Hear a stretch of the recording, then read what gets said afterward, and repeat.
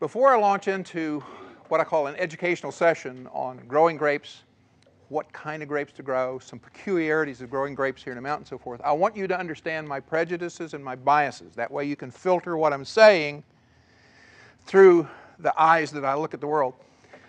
I've probably visited roughly 400 or so commercial wineries around the world. Don't know how many vineyards, worked in a whole bunch. Had some of my own. I grew grapes in Minnesota for years, so I know what cold hardy means. 18 years in Arizona, had my own small winery down there. I've been a winemaker, and also grew grapes in the desert. What people said you couldn't do that. Well, it turns out you really can. And when I moved here several years ago to the mountains of North Carolina, what astounded me was all of these wonderful, high, beautiful mountains and not a grapevine to be seen. And when I see comparable areas in other parts of the world, they're literally covered with vineyards and hop vines, but not here. Grew lots of tobacco here, but not any grapes to speak of.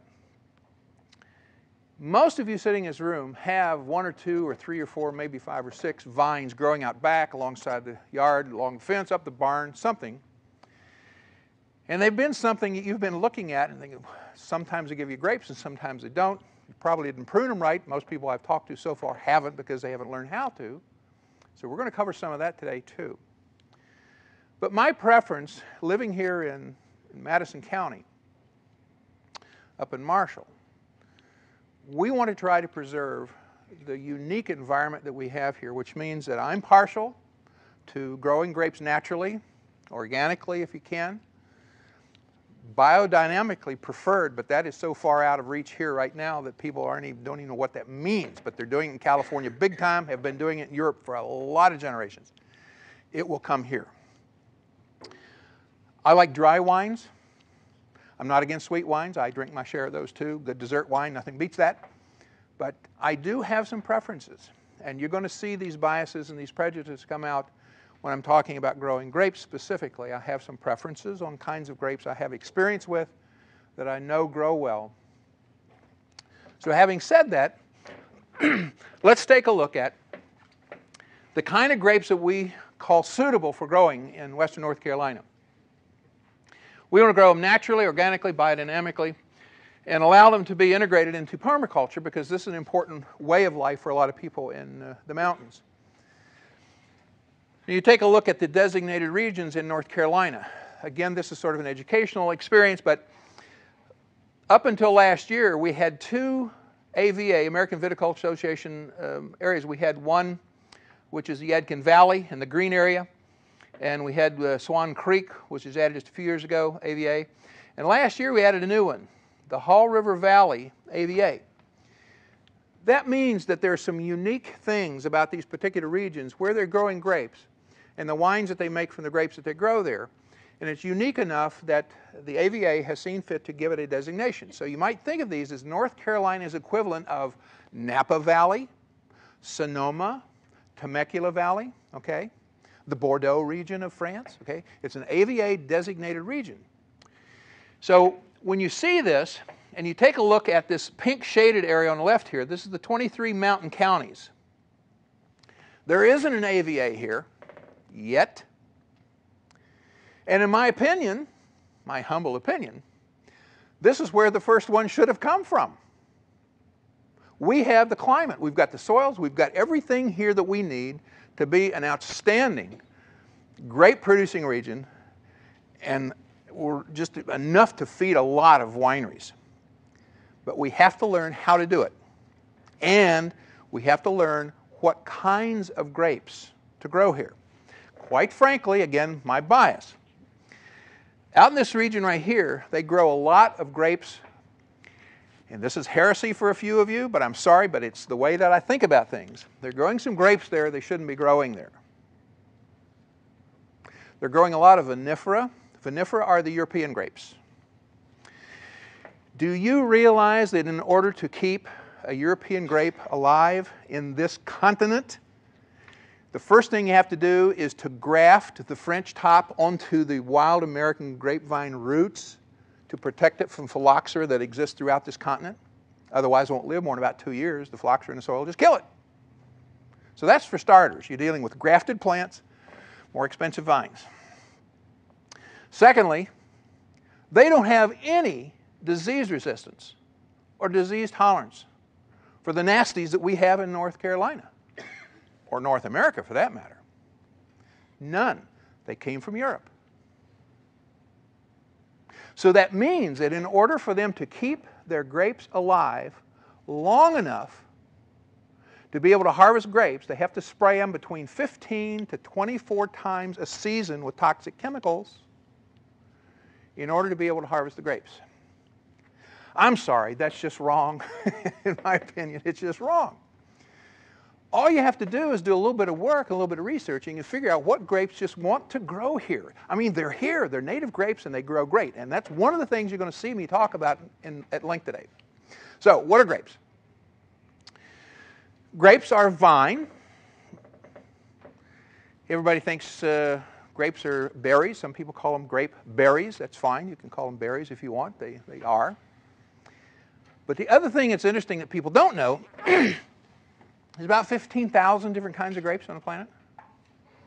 If I were to put a piece of paper in front of you today and say, write down the name of every grape you ever heard of, I doubt seriously that anybody in this room could do more than 10. You would do Concord, you would do Merlot, you would do Chardonnay, Cabernet Sauvignon. You wouldn't do some of the grapes, but after about 10 or 12, most people just sort of run out. There's 15,000, come on, okay? And quite frankly, about 99% of the world's supply of grapes and wine and table grapes and so forth, preserves, comes from 100 varieties of these 15,000. That's a lot of grapes, a lot. So, the thing you need to hear about today is there are many dozens of French-American hybrid grapes and Native American grapes that can be grown naturally here in western North Carolina. So, when you hear the word French-American hybrid, there are a few people in this country, in this state, who have the audacity to say, I'm not growing any hybrid grapes. I'm not going to have any wine made with hybrid grapes. They really don't know what they're talking about. Because some of these grapes were developed in Europe as a way of helping combat phylloxera back in the 1860s. And some of them have been brought back to this country. Some of them were developed here. We have a lot of research going on in grapes, grape breeding programs in this country. And over the last 50 years, we have developed some absolutely phenomenal grapes that are cold hardy, high altitude, disease resistance. And what they've done is combine the good stuff from the French European vinifera grapes, German, Italian, so forth, with some of the Native American varieties and come up with these hybrids that have the disease resistance and tolerance that we want and the cold hardiness that we want with the taste and the flavor and some other things that the French grapes have. So when you hear the word hybrid, just think about people solving problems. Agriculturally, people solving problems. There's some phenomenal grapes, and you'll hear Amanda talk about a few of my favorites a little bit later. Okay, when you look at grapevines out in the fields, up in the woods, in the vineyards, there's two particular things that you see. On the right-hand side, you see these lobed, these little deep cuts inside the leaves there. Those are called lobes. And that's typical of what grapevines look like. The one exception to that is what you see on the left, this little grapevine here. It's a muscadine grape leaf. It's very, very apparent once the grapes come out and they've fully grown when you're looking at it, if you're looking at a muscadine or not. I mean, you can see it. I can drive down a road and see it 50 yards away if it's a muscadine growing in the wild or not.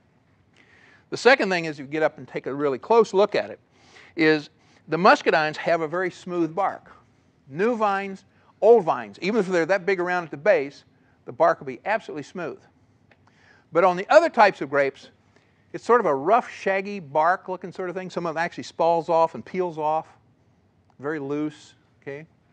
That's the rest of the types of grapes, whether it's vinifera or American native grapes or the hybrids. They'll have that really rough base, especially on the larger, older wood. So that's sort of rule of thumb for sorting out what kind of grapes you're looking at. A lot of people I know here are talking about it. Now, pollination. Pollination is something, again, that you have to understand about if you plan to do any serious grape growing. And it took a while for me to sort of figure this all out about pollination. First of all, anybody in here not realize that grapes don't have a flower? It's about the size of a BB, very, very tiny, and in many cases you can walk right through the vineyards and totally miss it. But they're there. The nice thing about this is that if you have self-fruitful that don't require pollinators, it's great. But if you're working with things like muscadines, there are male and female flowered muscadines. Whether they're wild ones or the ones that I call the commercial ones growing out in the Piedmont and the coastal areas, the hot weather variety, you really need to pay attention to this male-female flowering business, because when you plant a vineyard, a serious commercial vineyard, you need to have at least one male for every 7 or 8 female vines you have in your vineyard. If you don't do that, you won't have fruit setting and you won't get a harvest. So you really have to pay attention to this. There are some other grapes also out of the 15,000 varieties that I told you about earlier that have the same problem. But the literature will expose that to you if you really get serious about growing some of these strange, way out grapes that nobody's ever heard of. You can read all about it and see if they are really truly pistillate or not, and make arrangements to have the right ratio of the male to female when you plant your vines. Okay, let's take a look at the grape flowers. Again, this is free education so you can understand how you can identify this. If you look at the actual part of the cluster of the grape and where it connects, this is the cane right here, this large piece right here. This long stem, if you were to go to the grocery store and pick up some of the table grapes and hold it up by that big stem, that's called the peduncle. Okay? The little teeny tiny stem that connects the grape to the peduncle part is called the pedicel. So you know you're around real grape people when they know the difference between a pedicel and a peduncle. So now you know. You don't hear the shoulder mentioned very often, but that's a little subset. And this is called the rachis, the whole thing. We just know it as a grape cluster. But those are the technical names. Just so you know, if you spend a lot of time around people who do a lot of work with grapes and wines, you'll learn some of this terminology. And then the pedicel connected here, that's where it's connected to the little shoulder part, has a little teeny tiny cap on it. And when this cap pops off, there's 5 little teeny tiny miniature white petals that show up. And sometimes you almost have to have a magnifying glass, honest to goodness, to look down there and see, because they're so small. Okay, now let's take a look at the grape flower anatomy. This is what I call the R-rated section of our, this the little sex education here on grapes. Let's talk about the reproductive organs. Again, this is part of understanding how your grapes grow. And if you're doing propagation, you need to understand some things here. The stamens is composed of a filament, anther, and pollen grains. And when I talk about the stamens, talk about this little filament-looking thing here, these little white filaments. And out on the very tip of it is the anthers. You see those? Sort of a rust-colored, most of them in the grape world. And right on the tip of this, the rusty part is actually the pollen grains. Now the pollen grains can look something like these. I just picked a variety of them to show you. These pollen grains are quite unique. A lot of archaeologists use this as a way of dating things and figuring out what kinds of things are growing way back when, because these pollen grains will last indefinitely. Thousands and thousands of years they'll just stay there, and they can actually identify them by the shape and the color and forms and so forth. Well, grape pollen is the same way. And there's the stigma, which is the female part that's composed of the pollen tube, the sperm, the embryo sac, and the egg. And I'll show you how this looks, just so you know. There's 3 kinds of flowers that you have to look very carefully, just so you know. This is a male flower. Now keep in mind that the pedicel, this is a little stem that connects the grape, okay, to the cluster. This is the pedicel right out here. And you look down here, you see the little anthers, the little filaments, and you see the stamen right here at the end, okay? But the part that's missing is a part that should be right in here. That part's missing. That's the female part. So you can't get any grapes from this because It just can't, okay? And this one happens to be a female flower. Now here's the pedicel. This is the part that connects to the little cluster area, okay? And in this case, you see what is called the stigma, this part right here. The stigma is the female part.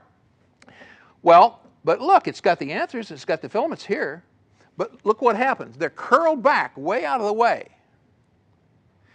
And the pollen can't get in. And if the pollen can't get in, it's not going to pollinate, you're not going to get grapes. See how these are curled back? The way a perfect flower, as they call it, should look is this. Again, here's the pedicel. This is where it's connected to the cluster. Right here you see the stigma. This is the female part. This right here is the anther and the stamen part, okay? And now the pollen can get out of there to go down into the female part. See? This is the way this works. It has to get down in there. If you take a close-up look at this, here's the filament, there's the anther, here's the pollen pieces getting down into the stigma that goes down to the pollen tube, the sperm, and down to the egg, and that's where the grape starts producing. Okay, so you've got male flowers, you've got female flowers, and then you've got perfect flowers.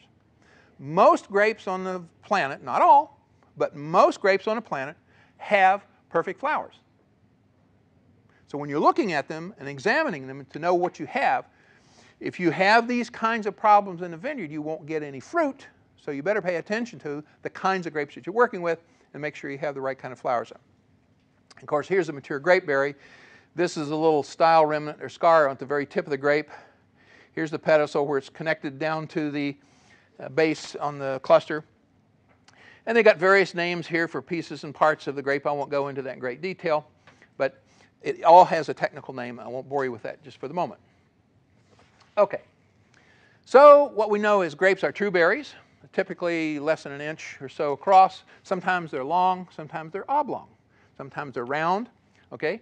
And they will have up to 4 seeds inside most varieties. There are some seedless varieties. Don't know about you, but when I was a kid, you could never buy grapes at the store that didn't have seeds in them. They had fantastic flavor. But over the years, somebody discovered there were some strange things happen along the way, and they bred seedless grapes. And now when you go to the stores, you buy table grapes with no seeds, and by the way, no flavor either.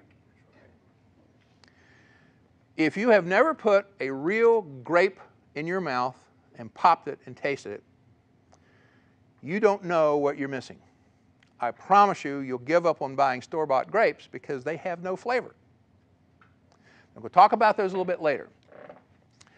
Berries are often glaucous, having a fine layer of wax. Some people call it bloom on the surface of it. They have a thin skin. It's a source of anthocyanin compounds that gives the color to the grapes. And also, one of the fun things we found for the mountains here is the higher in elevation you grow your grapes, the healthier the grapes are for you to eat. The better wines they make. Why? Because the higher the elevation, the thicker the skins grow. There's more exposure to the ultraviolet radiation the higher up you go in elevations. Down in Argentina, they have some vineyards down there, commercial vineyards at 9,800 feet. And in the Swiss Alps, the Italian Alps, the French Alps, the Austrian Alps, the German Alps, they're growing 7,000, 8,000 feet all the time, commercial vineyards. And they have the ability to make absolutely phenomenal wines because of the increased thickness of the skins, more intense color that you can get from them, and better flavor. Thinning is not practiced for most types of vines, but it is. We can talk about thinning a little bit more. You actually control your crop load through pruning, and I'll get into pruning in detail. And the French-American hybrids require cluster thinning for development of quality and proper vine vigor. Now, when you hear me talk about 2 different words, one is productive. A vine is productive, means it produces a lot of grapes. And you talk about a vine being vigorous. Vigorous means it just grows a lot of green stuff and maybe not so much grapes.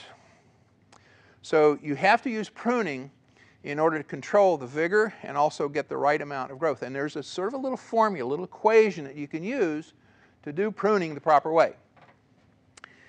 Let's talk about location. Location for vineyards. There's two places you do not want to have vineyards. I'm sorry, if you got them there now, you're going to have some problems, but do not put your vines on top of a mountain. It's just asking for early frostbite, late frostbite. It's just a wrong place to do it. Do not place them down in the valley, because that's where all the cold air flows like water, and it sort of settles in the valley overnight. Be nice and warm up on the side of the mountain, and down in the valley it's cold, because that's where all the cold air went. The best place to put your vineyard is along the slopes. Southeastern, south, or southwestern slopes. That's the best, okay? Not on top, not down a valley, because you've got this cold air and the breeze constantly flowing down in there. And sometimes of the year, the breeze is actually coming up the side of the mountain. But you want, especially here in the mountains, you want a lot of air movement through your vineyard, because in order to keep the vines at a minimum for the diseases that you can get, especially the downy mildew, we have a lot of fog here. And some grapes are just not going to do well in the fog. They're not. How much wind are you talking? Sorry? How much wind? How fast? Natural breezes, just the slowest movement to dry your grapes out early in the morning. Okay, that's the biggest problem. At nighttime, you get a lot of dew. You may get a little bit of rain at night, a lot of fog at night, and in the morning, whenever the sun comes up, it starts drying everything out. Everybody who's growing commercial grapes around the world, the first thing they do in the morning is check the temperature and check the wind breeze and check how much humidity was left, and go out and make sure that their leaves are drying off. Because that's what helps to propagate the downy mildew on the grapes, is a lot of humidity and a lot of moisture, and especially the fog. Now, the good news is there's a whole bunch of grapes that you can grow that are pretty doggone disease resistant and tolerant to that kind of stuff. And you can get away with doing it. And you don't have to spray them with toxic chemicals either. Got to know which grapes to grow. Amanda's figured that out. She'll share that with you later. So, the selection of the site is probably the prime importance.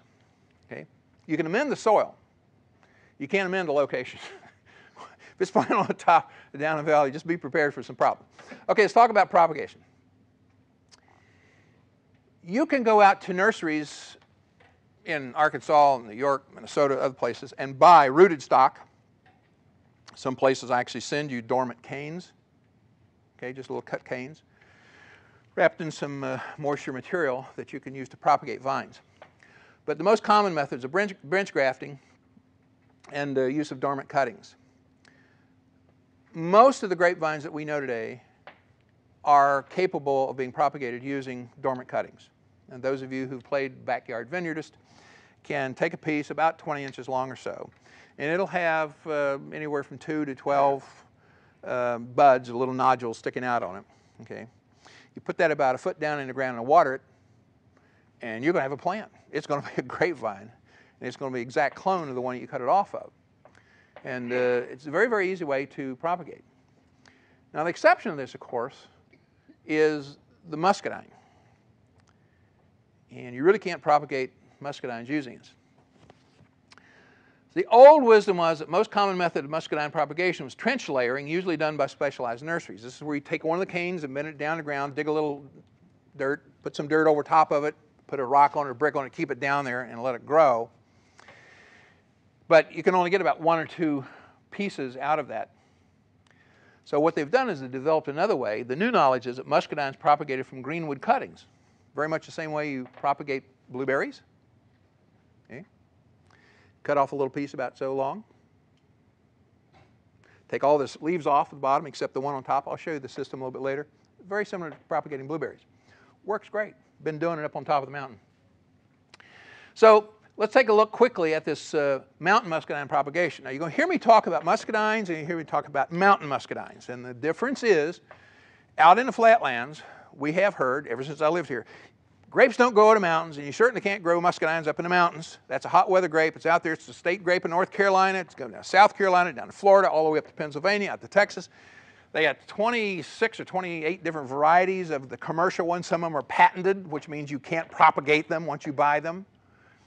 There's all kinds of funny things going on there. But what we have here are wild mountain muscadines growing in Madison County, Yancey County, and some other counties that we're finding. And not only do we have the muscadines, we have wild mountain scuppernongs. Just found them. Going to be propagating some of those this year. So this applies to propagating your own muscadines. Select a vigorous shoot in the spring. You can see the guy right here. This is probably about the end of May, 1st of June sometime. You just cut off. There's one that you really don't need. Just cut it off. And you cut it into short pieces. Okay, remove the lower leaves. He's got a piece there. It's about, maybe a foot long. But he's getting ready to cut it in half. What I found is about 6 to 8 inches long is the best. And essentially, strip off all the lower leaves except one. And you leave that one. He's cutting him in half here. He's showing 2 leaves here. Actually, what works best is if you've got a leaf about this big on the top, and if it's bigger than a silver dollar, you take your pruners and cut the leaf in half. Then you put it down in your starting soil, okay? Put them in water as you're doing it to help keep them alive a little bit. But you put them in potting soil, okay, insert it into a pine bark blueberry propagation mix, okay, peat, sand, and bark. And this system right here that was developed by North Carolina Department of Agriculture and the extension agents calls for putting it in a sprayed bed. Okay, they're using little emitters to spray about 10 seconds every 10 minutes, and you do this for 6 to 10 weeks. And this allows the callus to start on the bottom. And from the callus will then come the roots and start rooting them. And here you can see the pots after they've been at it in September. So you cut them back in May. September. And here's one of the pots that's been turned upside down. You can see all the roots have been developed in there. So in September of the year you cut them, if you're propagating, they're now ready to be healed in and cover them up with sawdust or something to keep them through the winter, and then put them out in your vineyard in the spring, and you've got a nice root system, and they'll just take off. These wild mountain muscadines just take off. Here's the root layering system I was telling you about. We just bend the cane over. You can see the new little roots starting at the base here. That means that you can take these muscadines and propagate them if you get maybe 1 or 2 or 3 using this method if you want to do it on your own. But if you have a large commercial vineyard, you probably don't want to mess with this. You want to look at one of these other systems of propagating. Here's one that we developed. Jeannie and I founded an organization last year called the Southern Appalachian Viticulture Institute. And I pulled together the top people in the country who know about grapes, who know about biodynamically growing grapes, who know about organically growing grapes in a variety of conditions in a variety of parts around the country. These are the top people in the United States. It's on my advisory board. And they're all sitting there poking at me and watching me what I'm doing and giving me advice. And when I do something really stupid, they say, well, gee, it would have worked better if you'd done this. And okay. So I'm getting a lot of help in some areas that I'm not so smart in. But I've got a very steep learning curve, and we've learned a whole bunch of stuff. This is one of the things we've learned. We went over to the thrift store and bought an old aquarium, and this is a little heating pad thing we got down here. And you put some water in there, and you close this up. It's a piece of plexiglass with some duct tape on the top there. You maintain this chamber, 86 degrees Fahrenheit, 100% relative humidity for 2 weeks. The callus will form at the bottom and the roots will start. Then you can take them out and put them in a cold frame and keep them through the rest of the year. And in spring, it'll be just like the other picture. You got a whole bunch of roots there, and you put it out in the vineyard. So this is a little bit smaller scale. Okay. Here you can do, I think, 25 or 30 cuttings in here, greenwood cuttings. You know, that's enough. You put a row of vines in that's 200 feet long. You only need 20 mountain muscadines. If you're putting in regular grapes, you have to put in a lot more. Much more expensive to put in regular vineyard is a wild mountain muscadine vineyard. Doesn't take as many grapevines. And we'll get into that later too. Here's another method of propagation. This is called air layering. You basically take a 1 liter soda bottle, cut the bottom of it off, and slip it over the top of a chute. Scrape a little bit on the side of the cane. Put some sphagnum moss and some other stuff down there, just keep it wet through the season, and it'll grow roots in there. And at the end of the season, you cut it off right here. Cut it off right there. Slide the bottle off, and there you got your root mass, and put it down the ground, you got another vine. It works fine. But again, this is good for backyard gardening, onesie, twosie sort of thing. You're doing commercial, you're going to have to do a different way. But this is a good start. So, the one thing I wanted to make sure you understand is, if you work with muscadines, hardwood dormant cuttings won't work. I've tried it, been there, done that. And Ron Lumbaugh, who's on my advisory board for the Southern Appalachian Viticulture Institute, is the author of this book. This is one of the books that I recommend people today. If you're serious about grapes, you need to buy this book. It's called The Grape Grower, A Guide to Organic Viticulture, written by Lon Romball. And Lon is one of my advisory board members. He's the one who helped coach me through this propagation problem I was having with wild mountain muscadines. Spell his last name. Romboughh. He's got a website. The book's available from Amazon.com. Most bookstores of any size also has it in there, but it's really a great book to talk about propagation. And his was one of the primary resources I used to put together some of the information that goes in my presentation today. Okay. We'll discuss a little bit now about planting design, training, and pruning, because depending upon the kind of grapes that you grow, there's going to be different trellising systems, and I'll talk about trellising a little bit later. There's also different kinds of growing strategies you have and pruning systems that you use. This happens to be a vineyard over here that was a vineyard of Thompson seedless. They're head trained, cane pruned, and grown on a T-bar trellis. There's little tiny T-bars across all the top of these. They have several lines running out of it. This over here is a bilateral cordon, they call it, for Sangiovese, which is one of the classic Italian grapes, very similar to Cabernet Sauvignon. And you can see these very, very thick arms sticking out along the wires here. It's got the big base trunk going up and then these two arms sticking out. Those arms that stick out are called cordons, C-O-R-D-O-N-S. And this particular kind of grape requires a cordon type pruning. Muscadines also require a cordon type pruning. So if you think about growing wild mountain muscadines, this is a type of pruning system that you'll have to go, and we'll talk a little bit more about that. Okay. Training systems refers to the permanent parts of the vine, not the one-year-old wood where the typical grapes come from, but the permanent trunk and what you do with it after. And so, again, I mentioned there's the head type and there's a cordon type. The head type is the permanent part of the vine, and typically you'll see a trunk in old vineyards that'll be about this big around, this 80, 90-year-old vines, and they'll be about this high, and there'll be just a gnarly-looking, clumpy-looking thing up on top of it. And that's where all of the little canes are coming from. And that's where the grapes will come from. Okay?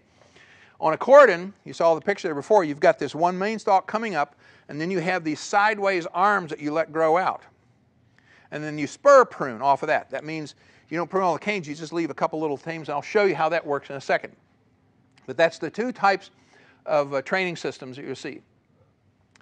On the pruning, just as a quick mention on this, I'm going to have some pruning demonstrations coming up over the next month or so around the counties here. Cynthia has been kind enough to volunteer her place for a one-year vineyard place over near Burnsville, not too far from Burnsville. And we'll do one of the pruning demos over there.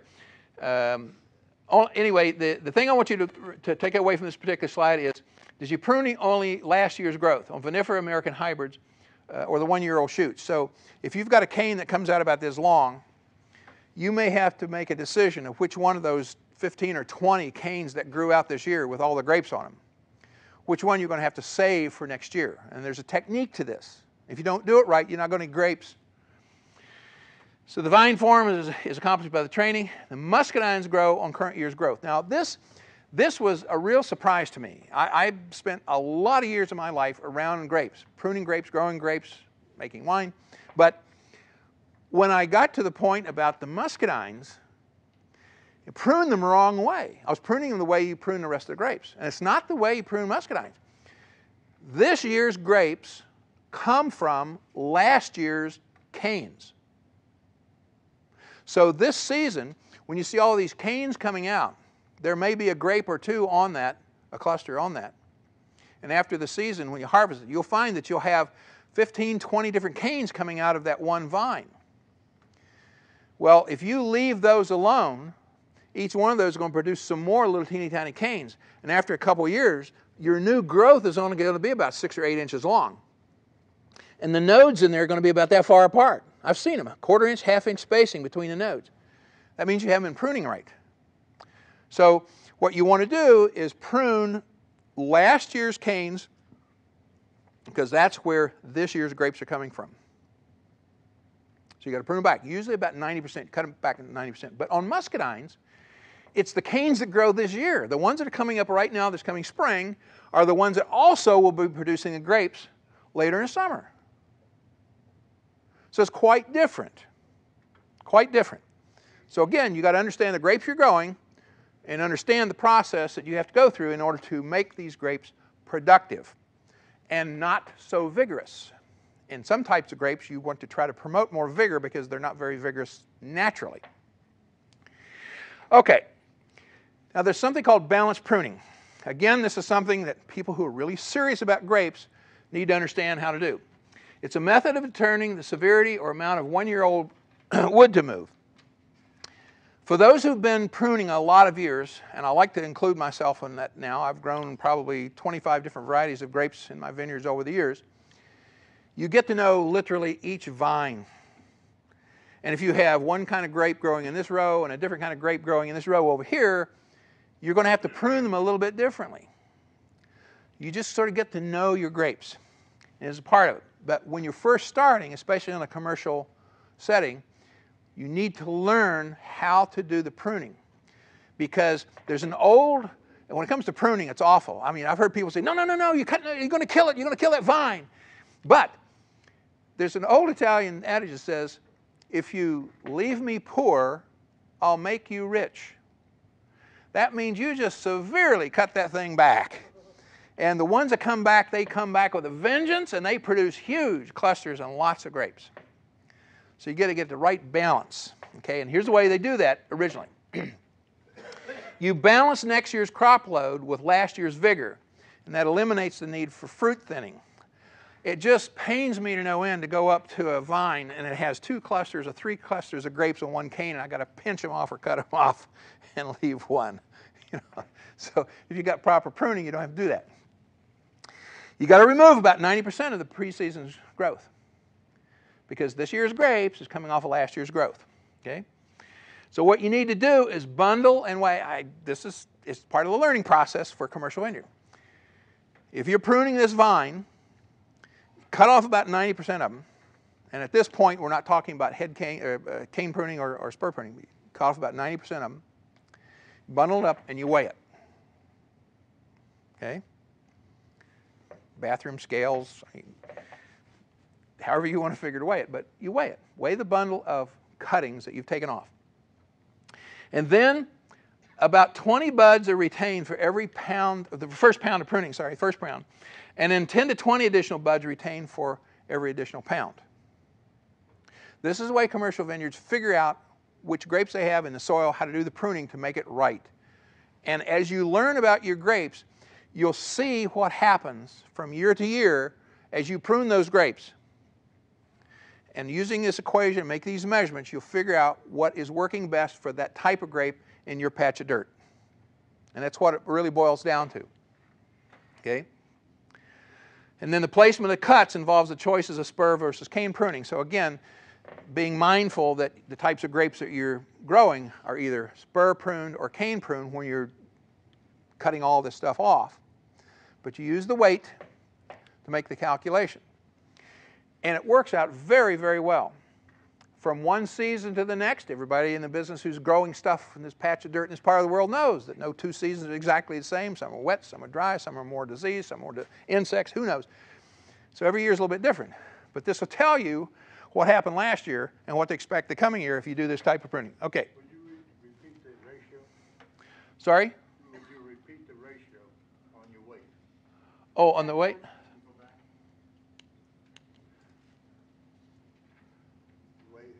Yeah, you weigh, on one vine, you take all the cuttings, bundle them up, and weigh them. Okay? For the first pound of weight, bundle weight, you leave 20 buds. Okay? And for every additional pound, you leave 10 to 20. Now, this 10 to 20 business is a big range, and what you want to look at there is on a let's talk about the extremes. I was over in a neighbor's yard yesterday putting in a little tiny 3-vine vineyard.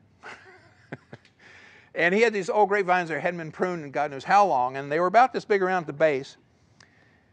And the longest cane that I could find on there of last year's growth was about this long. because he hadn't pruned it ever.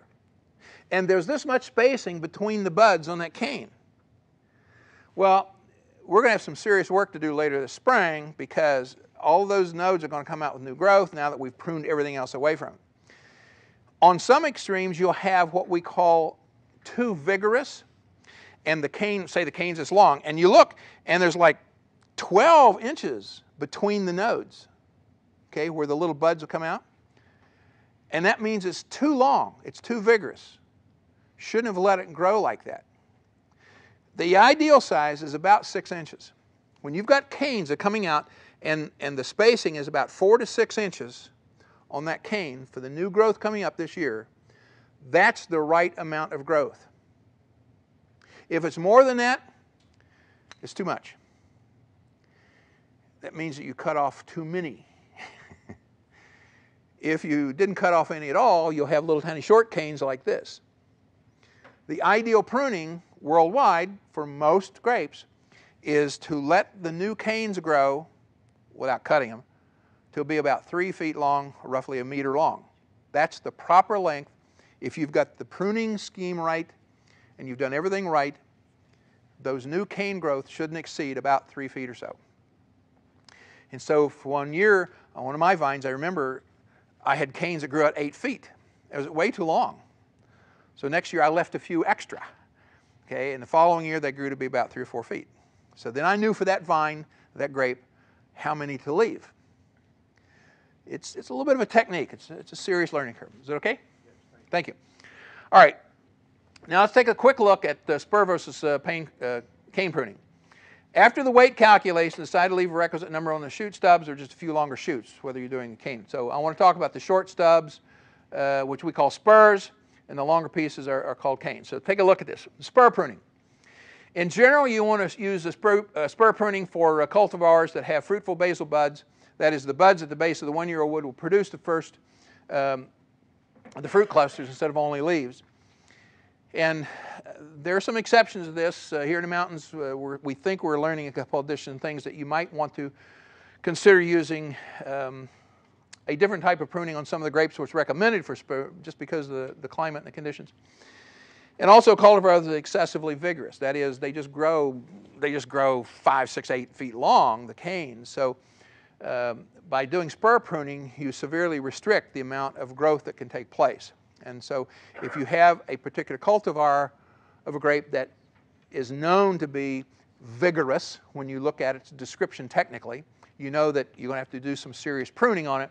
And the best way to keep that vigor under control is to use spur pruning instead of cane pruning. And also use this on wine cultivars, where quality is more important than quantity. Now, I'm going to stick my foot in my mouth big time here and tell everybody here about the grapes that you buy at the stores as opposed to wine grapes. If you grow table grapes, there's nothing wrong with growing table grapes. There's some very nice ones that do have decent flavor. I'll give you some of those names a little bit later. But just know that philosophically, if you're growing a vineyard, if you're having a commercial vineyard and you're trying to grow table grapes, you will want those puppies to be as big and fat and juicy and heavy as you can grow them because they're sold by the pound. Not so much flavor, they're sold by the pound. Nobody tests the sugar, nobody tests the flavor. You sell them by the pound because they look pretty and people who go shopping will buy them. If you're growing wine grapes, or other flavor things you're looking for, you want to intentionally stress the grapes and not let them grow big and fat and juicy. You want them to be smaller, a little more concentrated, better flavors and so forth. And that is conducive to making better wine.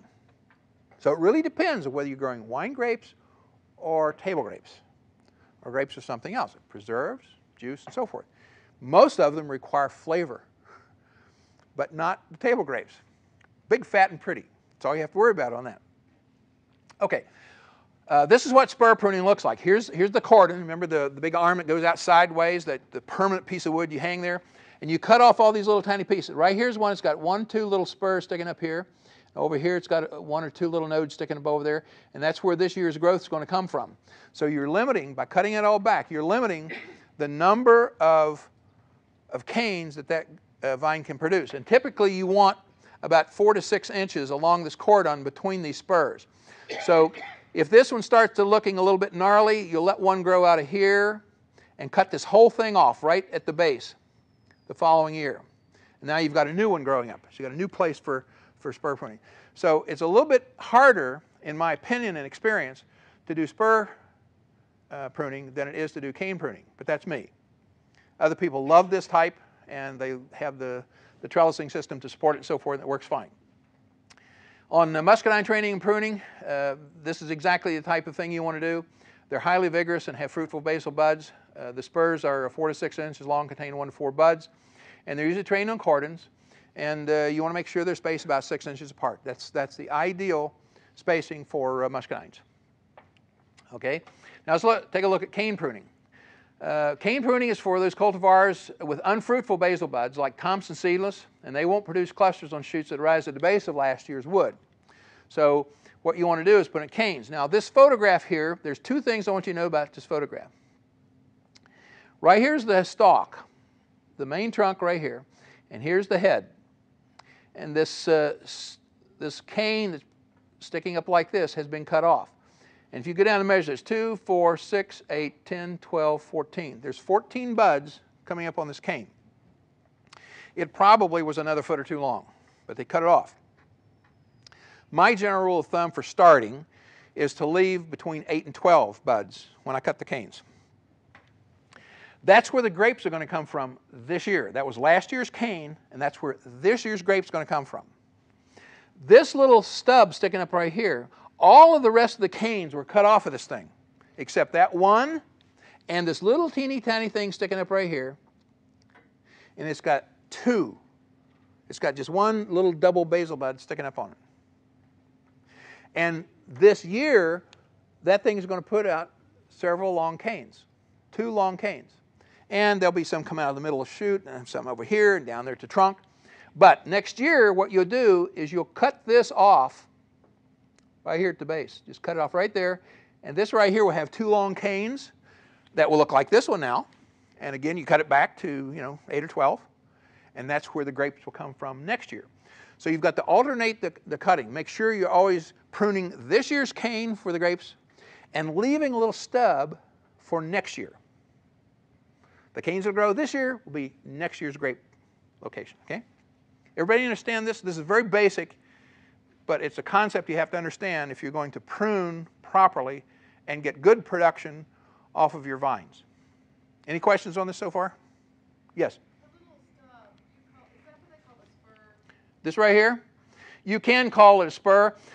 We call it cane pruning, but typically a spur is a bigger, fatter piece that sticks up, and it may have 3 or 4 little canes sticking out of it. You prune those all off except one. Yep. Any other questions? Yeah, question. Yes, sir. Always intrigued me. From a newly planted bush or vine, how do you get it up to the wire? How do you get it? In other words, that thing's growing there. How do you kind of pull that up?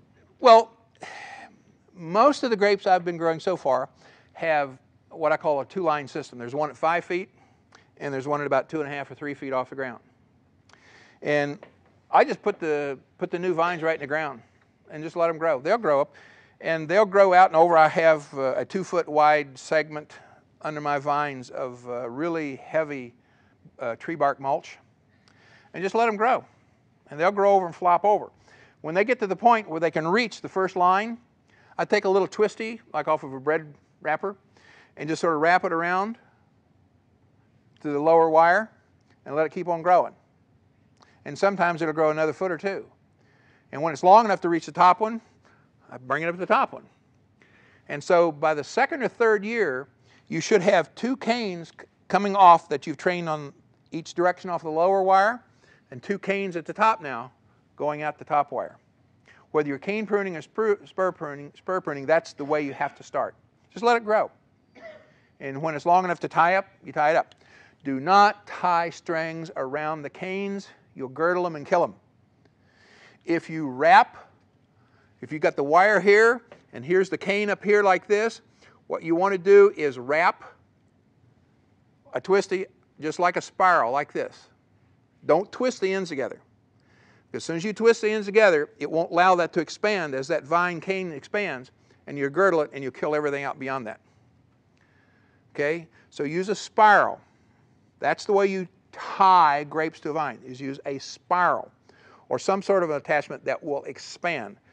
And wire won't do it, and string won't do it if you tie knots in it. It won't. So use spiral. Sorry? On that photograph there, the previous photograph, where would you take that cane, where it's going? This one right here? Tie it This, on that. yeah, this one right here is going to be bent back down to this wire right here. Do you wrap the cane, or you just let it grow on top?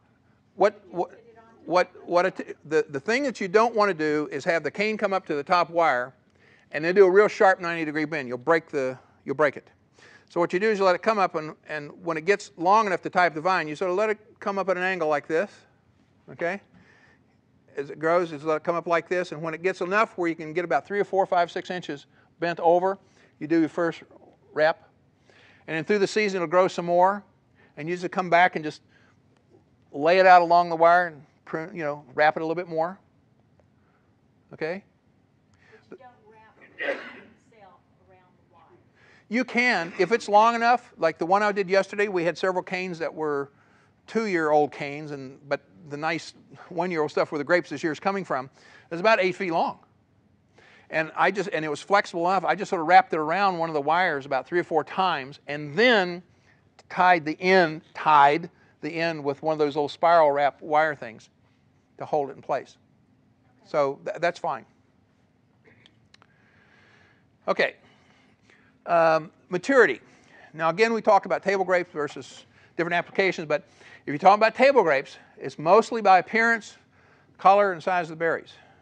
Notice there's nothing here about flavor. That doesn't come into play when you're growing table grapes. They're sold for the pound. If you're growing raisins, if that's your interest, you want to make sure that the grapes ripen fully on the vine before the pick. And of course, the Thompson Seedless is this country's #1 raisin grape, and they usually harvest them when they reach about 22 to 23 bricks. Everybody know what bricks means? No. Okay. There is an instrument called a refractometer, and there's another device called a hydrometer, and it allows you to measure specific gravity, and it also gives you the measurement of the density of the sugars in the juice, and it gives you this number in terms of a Brix scale. If you take roughly the Brix measurement and divide it by half, that gives you the potential alcohol for wine. So if you harvested at, say, 20 Brix, you would be producing a wine that would probably come out around 10% if you fermented fully dry, so there's no residual sugar left over.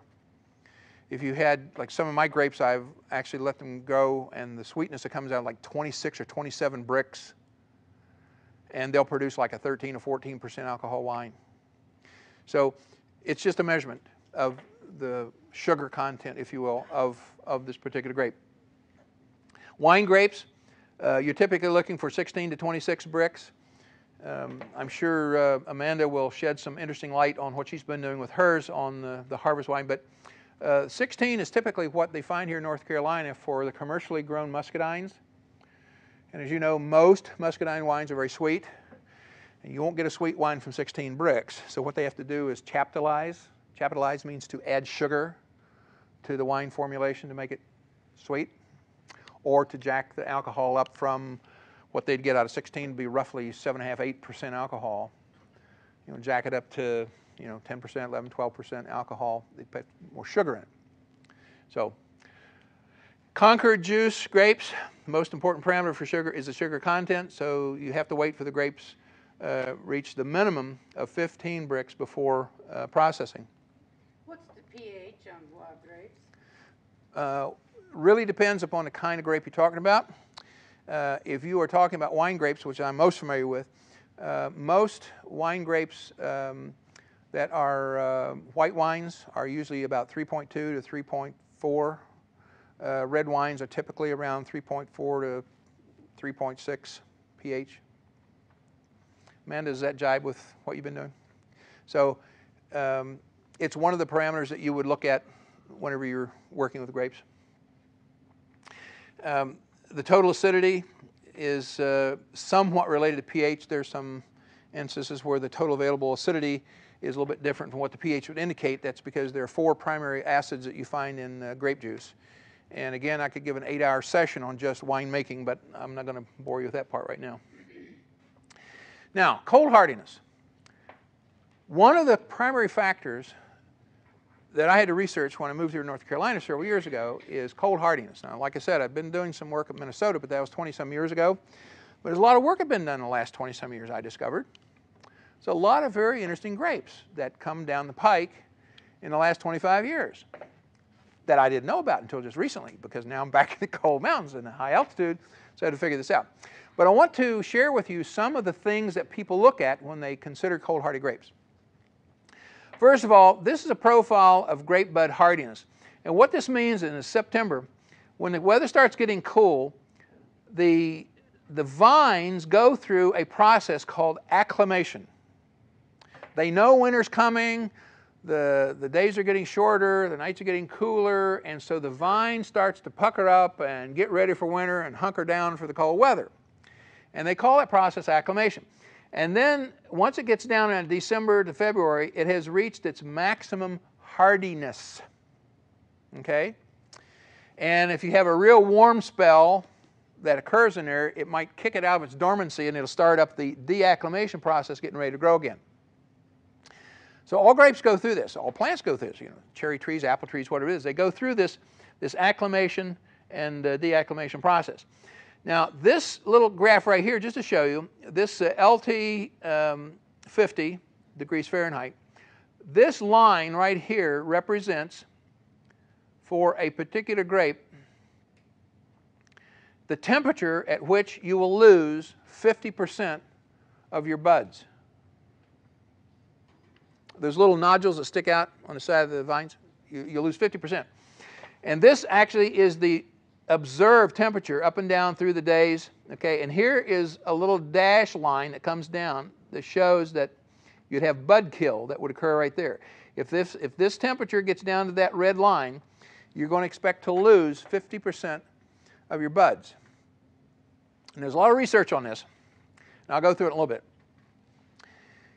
This happens to be a website down at the bottom. By the way, I plan on making the information available on slides to you later. I'll put it up as a PDF file, so if somebody wants to spend more time reading all this stuff and picking up information, you can either email me and I'll answer any specific questions for you, or I'll have this available on one of my websites.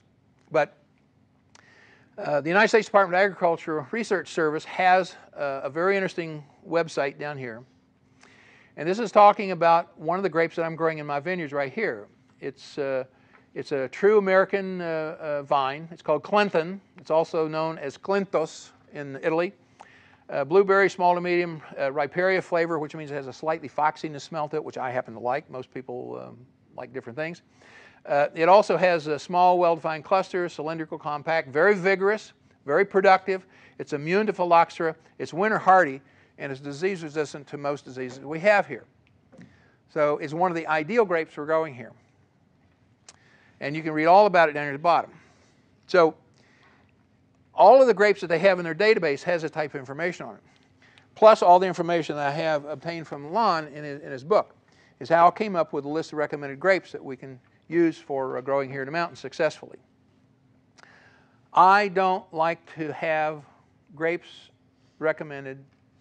They may look pretty, and they may taste great, and they may make good wine, but if you're going to be growing them here in the mountains and they are not disease resistant, I'm not going to have them on my list.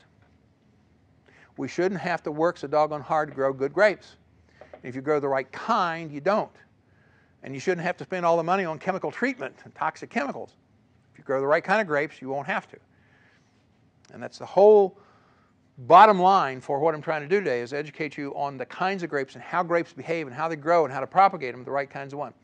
Now, I have a couple things that I'm going to go whip through very quickly. Again, this is something I can give you later, but there's so much information. I've got about 80 slides in this first segment. I knocked it down from 250 when I started about 2 months ago putting this together. But there's a lot of information here. University of California, Davis is probably the best resource and the most voluminous source of information that there is about grapes. Unfortunately, most of it is for vinifera grapes. But I want you to know this because you'll hear people in the grape business and people in the wine business quoting UC Davis. They have an outstanding archive that's available online. If you go to this website down here, and it'll just tell you all kinds of stuff. It's a phenomenal website. So share with you a little bit of the cold hardy research that's going around the United States so you know where I've got a lot of information I'm sharing with you today. University of Minnesota. University of Minnesota picked up back in 1996 where Elmer Swenson left off. There was a gentleman in Minnesota, his name was Elmer Swenson. He died back in 97, I think. Anyway, he turned over 55 years of grape breeding information to the University of Minnesota. And they picked that up and carried on. They have these four. They have Frontenac, Gris, La Crescent, and the Marquette. These are cold hardy grapes that make absolutely wonderful wines, and they are disease resistant in addition. These will grow here in the mountains. These will be good grapes to grow here in the mountains. Okay? They're available from University of Minnesota. You can get the cuttings, rootstock, and so forth from them. That's what they do in a way to help fund their continuing research in this area. It's a great resource for cold hardy grapes. Cornell University in New York State is another one. If you go to this website that's listed on the bottom here, one of the things that they're proponents of, I'm not convinced of this here yet. I have an open mind. But they talk about something called spare part viticulture. So you let two established trunks grow and two little 1 year from a previous season grow. So if one of them gets really cold bitten and dies, you've got another spare trunk coming up. So they call it spare parts viticulture. It's a good idea. I'm playing with it a little bit. I'm not convinced that that's what we need to do here in North Carolina because some of our temperatures for freezing, this is primarily for freeze protection. I'm not convinced yet we need to do this, but I've got an open mind. So anybody who wants to work with this and play with this and gather data for a couple years, I'd be happy to look at it. Michigan State University. This is a website that they have a lot of good information. Michigan State has a well-developed wine industry now. They have a lot of grape growing going on there. This particular information came from their website just to show you the kinds of stuff that went into the research. For example, on the left-hand column, we talk about the growth stage, dormant, first swell, full swell. You can see out here where you get the very first swell that's starting to show up on some of my vines right now. This 10% kill column means that if the temperature at this point, the first swell, if the temperature gets down to 13F, I'm going to lose 10% of my buds. If it gets down to 7, I'm going to lose 50% of my buds. If it gets down to -3, I'm going to lose 90% of my buds for this variety of grape. And the cold hardiness, of course, depends upon the variety of grape you're growing. But this type of information is available for most grapes.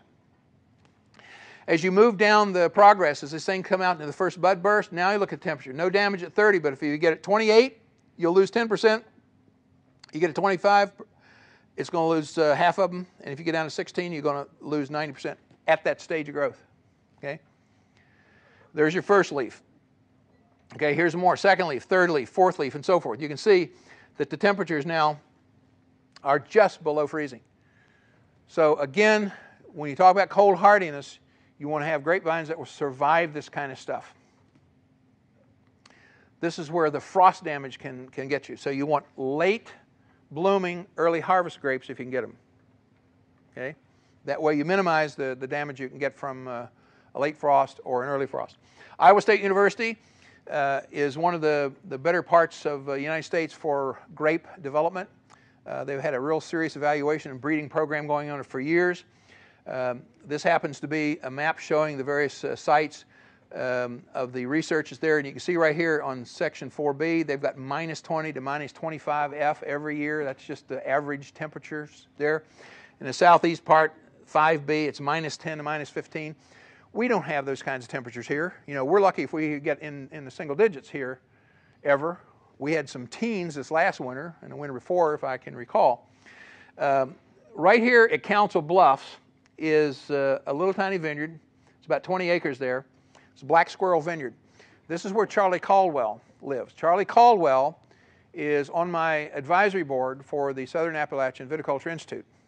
Charlie's been growing grapes out there for about 10 years organically. Got 20 acres. He's growing, I don't know, I think he's about 10 different varieties of grapes.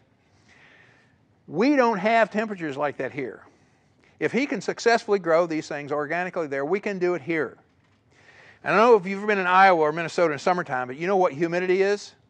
Ain't like what we got here. It is serious high humidity there. So they've got really high disease pressure and a lot of nasty environment tough to deal with there. Really cold in the winter, really humid in the summer. And the grapes that they grow there organically can be grown here wonderfully. Okay? I'll put this up here just to show you the kinds of stuff they did. In 2002 at the Leopold Center, which is one of those research locations there, they were looking at wine grapes and seedless table grapes. And they made some things that CT means cold tender, -5, moderately hardy is -10, hardy is -15, very hardy is -20. So after they've done their field trials, and they came up with this list right here. Maréchal Foch is hardy. Okay, one of my favorites, Traminette, is moderately hardy. That means it'll grow here in the mountains. Traminette, for those of you who don't know, is a hybrid that was developed up in, I think it was Cornell in New York State. And it's a hybrid that tastes and looks like Gewürztraminer. Anybody heard of that grape, Gewürztraminer? One here. Anybody else? Okay. The wine drinkers know. It's one of my favorite wines. Gewürztraminer is a German grape. It's a vinifera.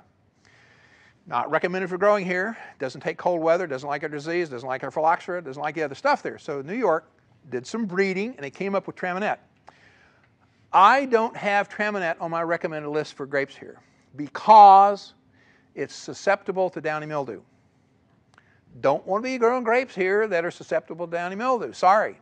It can be a wonderful grape growing out in the Yadkin Valley, but I don't recommend it for up here. Love this grape. I wish it were just a little drier here. I could grow it. But in 2003, they ran some New York grape varieties, some cultivars. Here's the Minnesota, Wisconsin ones they ran. And these cultivars were not in the 2002 planting. And again, they've given these ratings to these different grapes. And again, you'll see some of these grapes on my recommended list, and some of them are not. If they are not disease resistant and disease tolerant and cold hardy, they're not on my list.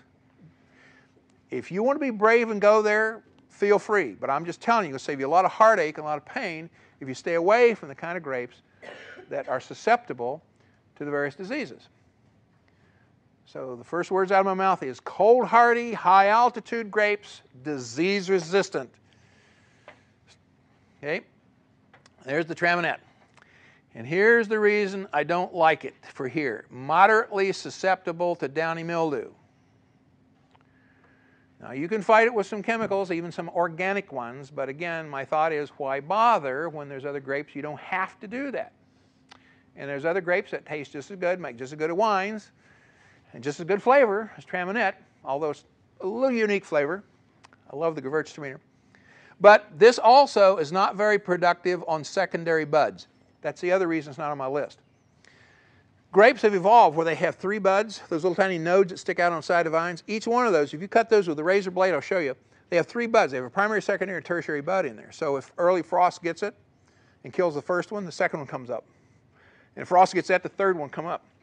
And depending upon the variety of grape you have, some of them are just as productive on the secondary as it is on the primary.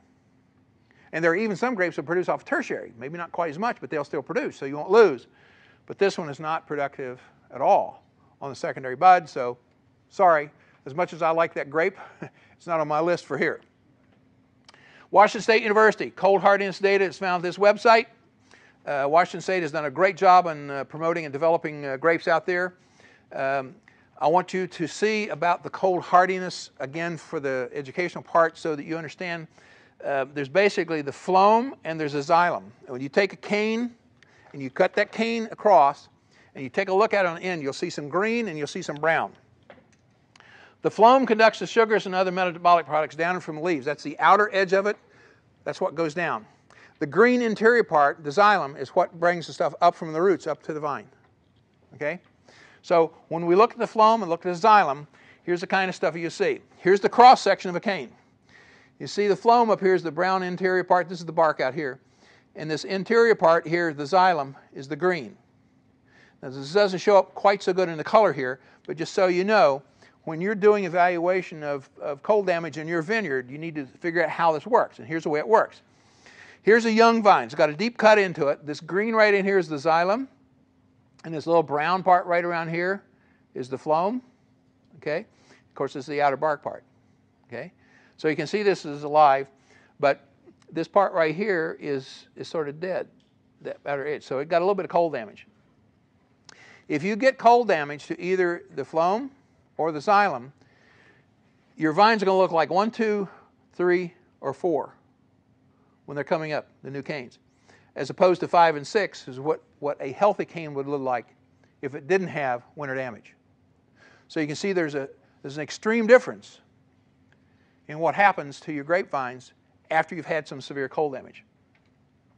Here's another one. Here's an old vine. You can see this is cut down into the cane right here, sliced down in there, and you can see on the inside there's a concentric circles here showing the bark and the dead phloem, that's this brown part right here, and live xylem, the green part right in the center, so it's live. So it's had some winter damage.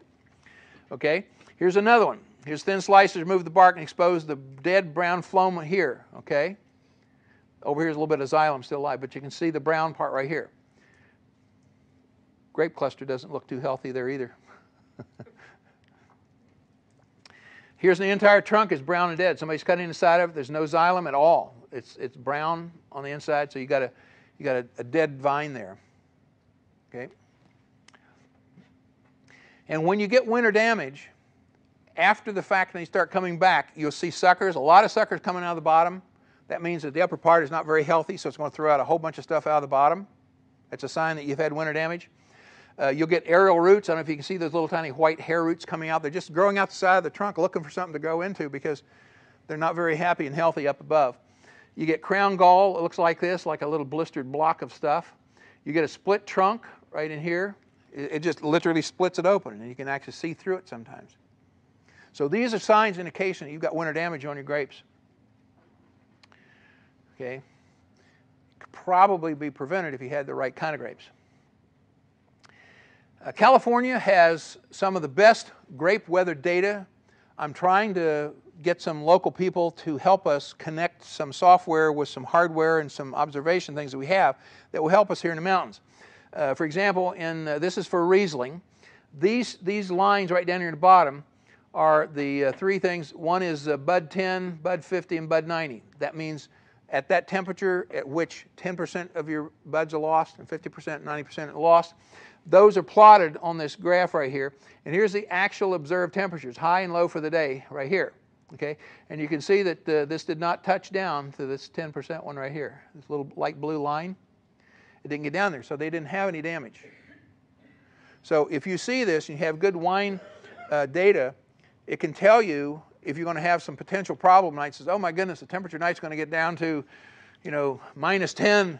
We better go do something. Put out some smud pots or something else if you've got the kind of grapes that are susceptible to cold damage. So there are some things you can do. Okay, Colorado State University. Everybody knows the high mountains of Colorado. You have a lot of things going on there. They've also started developing a real serious hops growing and grape growing series out there. Here's some of the ways that they evaluate bud damage is they put a whole bunch of styrofoam cuttings in a water bath and then look at the single node growth after the first 34 days. That gives them an indication of how much damage there was. So they've done a lot of research on this kind of thing, and it pretty much correlates with some of the stuff from University of Minnesota, University of Iowa, and New York.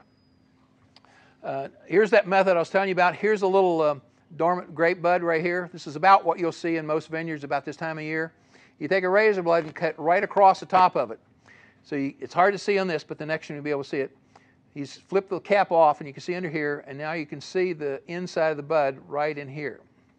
So I'll blow this up so it looks a little bit bigger, and here's what you see. There's a great big circle right here. This is the primary bud. Here's a second one right here. This is a secondary bud. It's hard to see it, but right there's the little tertiary bud, right there. Okay? This one shows that it's dead. This secondary here is still green. It's still alive. So you've had enough damage there from winter that you're going to lose the grapes coming out of that unless they come off the secondaries. If they come off the secondaries and it's a good productive grape, then you know that you're going to get exactly what you expect for a crop that year. Okay, moving right along. Again, here's the primary. You can see the real big one. You can see the live buds in here. And here's a tertiary over here on this side right here. And again, here's the primary, the secondary. There's the tertiary. Here's a completely dead bud. Primary, secondary, and tertiary all dead, all brown. So again, you need to know about your grapes, how to take care of them, how to recognize what they're doing, what they're not going to do. It's all part of learning to live with and work with grapes. Can a tertiary develop? Tertiary on some grapevines will give you about a 15% crop. So if you lose the primary and secondary, it depends on the variety of grape. Some of them, like at Traminette, had a note on there, doesn't produce very many grapes even on the secondary. You know, here in the mountains, you better have a pretty good secondary. Okay. So if you get freezing, here's what you see. You'll have, if it's a little live bud like this, a little leaf coming up, it's dried. Internal, here's a live bud. You can see the green ones in here. Down here, you see the primary is dead, brown. It's green over here, and here's the whole thing is brown. So it's just learning to recognize these things. It's like any other crop. It's an agriculture crop, and it's got some unique characteristics, and you just need to learn what those characteristics are and learn how to recognize them in the field. Here's some air roots coming off. This has had some freezing. There's crown gall. Okay. When you see this in your vineyard, you know you've got some serious winter damage that's happened. Replace the vine. Wanted to just quickly cover a couple things here with you. The Vitis species and the cultivars is 3 important species, okay, and 1 subgroup, just so, again, so you have the nomenclature down. The Vitis vinifera is called the European and the Old World wine grape. And I'm going to put my foot in my mouth here for a couple different people who will disagree with me and say there's none suitable for Western North Carolina. Does that mean it won't grow here? No, you can grow them here, but you're going to have to do a lot of extra work and lay the toxic chemicals to them. Work awfully hard. And my whole point is, why bother when you've got some grapes that will grow very well here? Thank you very much. Here are some French-American hybrid wine and table grapes. This is the list of the ones that I suggest for Western North Carolina. I've got a handout with this, all this information on it for you, so you don't have to worry about it right now. I've got this one underlined called Maréchal Foch because there's been an argument whether it's a Native American grape or whether it's a French-American hybrid. And I've left it on this list. The W and the R stands for white or red. And notice down here on the lower right-hand side, 14 to 16 pounds per vine. That's what you can normally expect if you're doing a commercial vineyard for these grapes. Okay, so that'll give you an idea of how many vines you have in an acre, what your tonnage expected should be for a commercial vineyard. Okay. The hybrid or seedless table grapes of Western North Carolina, Canadas, Himrod, Interlochen, Jupiter, Lakemont, Mars, Reliance, Vanessa, Venus, all of these grapes grow in Iowa, they grow in Minnesota, they grow in New York State, they'll grow here. You may have to do some organic treatment of these things right here, but you can expect out of this 15 to 30 pounds of vine. Again, remember what I said about table grapes. Make them big and pretty and juicy with no flavor to speak of, not compared to wine grapes, but that's the way they sell them. They're sold by the pound. They make good juice grapes too if you like juice that don't have a lot of sweetness to it. They'll have some, but if you use wine grapes, you got a lot of flavor and the juice is so much better. Okay. Third category is what I call the Native American wine table grapes for Western North Carolina. Here's the list. Again, this is on there. And you see Maréchal Foch is on the same list because they're still trying to decide, where is it a Native American grape or is it a French-American hybrid?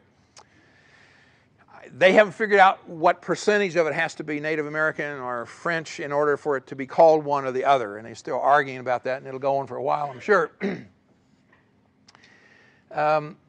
Notice that I put in here mountain muscadine, red and white, because we've got the muscadine, which is the reddish purple color ones, and we've also got the scuppernongs, which are the white ones. And notice down here 14 to 100 pounds of vine. 100 pounds of vine, that's the average weight that you're getting out of muscadine grapes in this state. I don't know right now what the mountain muscadines will produce yet, but I'm going to find out soon. because we've got them growing, propagating, and we'll figure it out. But 100 pounds is the average. Some places are getting 175 pounds, and some places are getting 80 pounds. Out in the Piedmont, out in the coastal areas. And this is on the list. It's a handout. And this subcategory, the Vitis rotundiflora, is the muscadine grape. Here's what people tell us.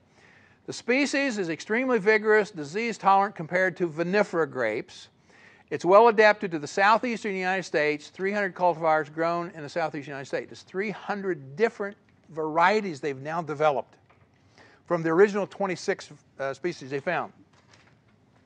The old wisdom is that they lack cold hardiness, so they're not grown in the Mid-Atlantic, Northeast, or Midwest. And the new knowledge is they are cold hardy, and they're growing here in the mountains with no pruning, no spraying, no weed control, nothing, and proves that he's got a lot of grapes. So, just to give you an idea of pricing on stuff, I put these dormant stock prices in here. If you're buying, just a couple of vines, you can buy them for $8 a piece.